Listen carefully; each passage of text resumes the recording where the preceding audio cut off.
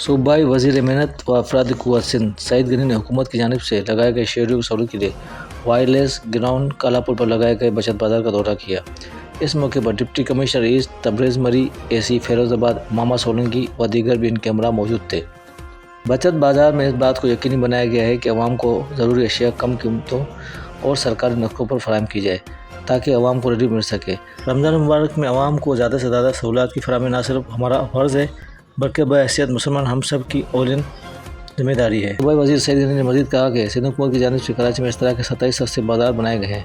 अवाम से भी गुजारिश की जाती है कि वो इस तरह के सस्ते बाज़ार में जो हैं जहाँ सरकारी नरखों पर तमाम अशिया दस्तियाब है वहाँ से ख़रीदारी करें।